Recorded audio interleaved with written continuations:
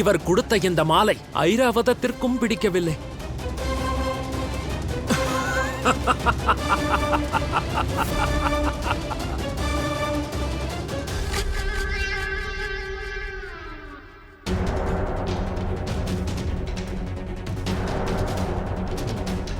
வணக்கம் மா முனிவரே.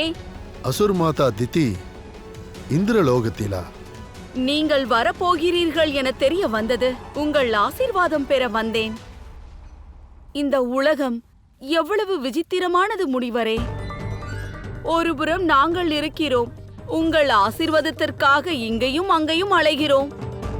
ஆனால் இன்னொரு புறம் தேவராஜர் இந்திரன், அவன் உங்களுடைய ஆசீர்வாதத்தை மிருகங்களின் கால்களில் போட்டு நசுக்கி விட்டான்.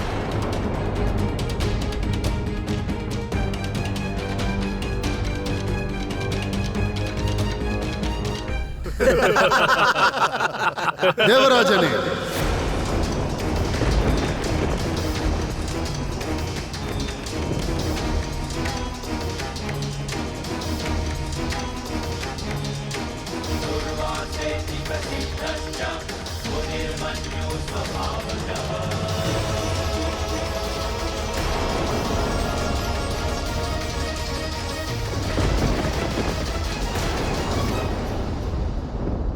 பார்த்தீர்களா முனிவரே, எங்களை போன்ற அசுரர்களுக்கு வெறும் சாபம்தான் கிடைக்கிறது.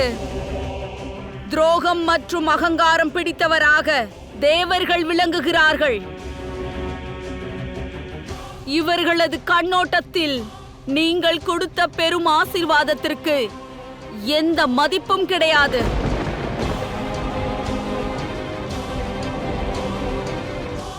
நீ என்னுடைய ஆசீர்வாதத்தையும் உன்னுடைய பதவியையும் அவமதித்து விட்டாய்.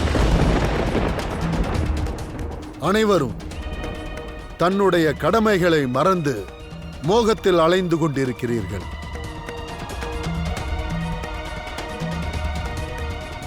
இவ்வளவு அகங்காரம் வந்துவிட்டதா?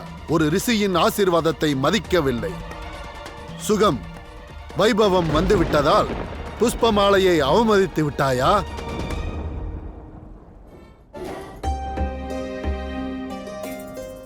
தேவி, எதுவரையில் இந்த புஷ்பத்தை காக்கப் போகிறீர்கள்?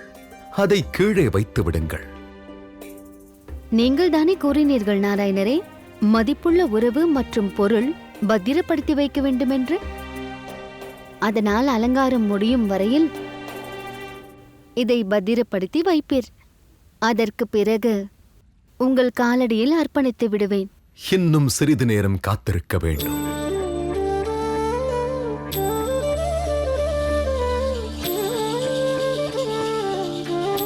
இந்த கால் கொலுசோடு தங்களுடைய அலங்காரம் முடிந்துவிடும். தங்கள் காலை நீட்டுங்கள் தேவி. ஓர் பெண்ணின் அலங்காரம் இந்த கொலுசின்றி முழுமையடையாது. அது எழுப்பக்கூடிய ஓசை எதிர்மறை சக்திகளை முழுமையாக அழித்துவிடும். சுப காரியங்களை உண்டாக்கும். இதில் பதிந்துள்ள முத்துக்கள் வைபவங்களைத்தான் குறிக்கின்றது.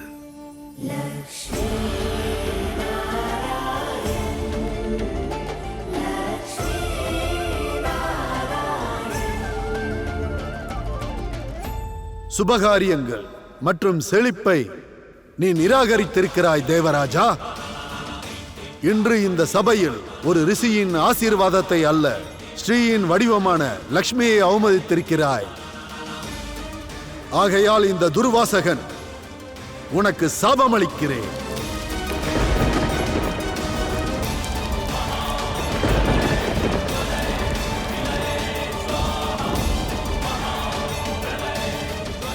எந்த செழிப்பை நீ நிராகரித்து விட்டாயோ அது உன்னை விட்டு விலகட்டும். அனைத்து தேவ கணங்களும் செழிப்பில்லாமல் இருப்பார்கள், செழிப்பில்லாமல் இருப்பார்கள், செழிப்பில்லாமல் இருப்பார்கள்.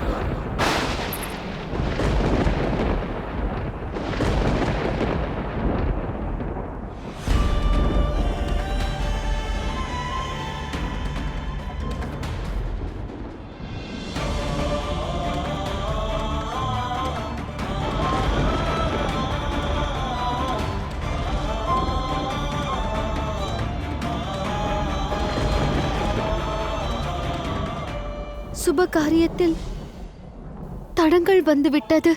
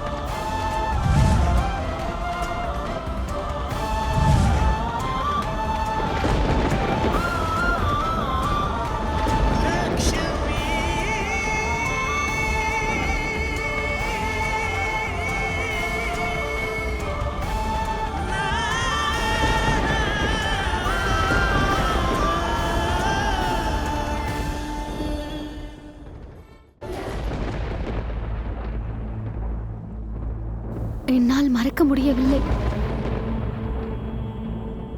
உங்கள் அன்பு கலர்ந்த உணர்வை மறக்க முடியவில்லை நாராயணரே.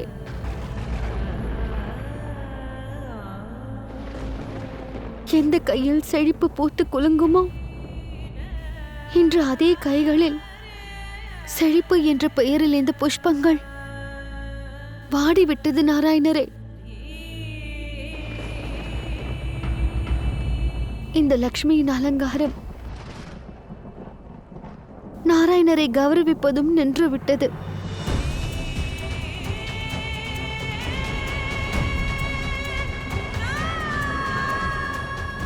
தேவி, என்னை கௌரவிப்பது இருக்கட்டும். நான் தங்களோடு இருந்தாலே போதும். ஆனால் இன்று உங்களுக்கு துணை புரிவதற்கு நான் உடனடியாக பாதாளத்திற்கு சென்றே ஆக வேண்டும். தேவி, இப்போதுதான் தாம்பத்திய உறவை ஆரம்பித்திருக்கிறோம். அதற்குள் என்னை தாங்கள் பிரிவது ஏன்? நீங்கள் தான் கூறினீர்கள் நாராயணரே, அன்பை விட கடமைக்குத்தான் நாம் கட்டுப்பட்டிருக்கிறோம். இந்த கடமையை செய்வதற்காக ரிஷி துர்வாசகர் சாபத்தை மதித்து நான் இங்கிருந்து செல்கிறேன். இந்த உலகம் நன்கு அறியும் நாராயணரே, இப்பொழுது எந்த சாபத்தை மாமுனிவர் துர்வாசகர் அளித்தாரோ அந்த செழிப்பு நான் தான். தேவி லக்ஷ்மியின் அவதாரம் வீரலட்சுமியின் அவதாரமாகும். இவர்களது அவதாரத்தில் மிக சக்தி வாய்ந்த அவதாரம் இது. வீரலட்சுமியின் அவதாரமாகும்.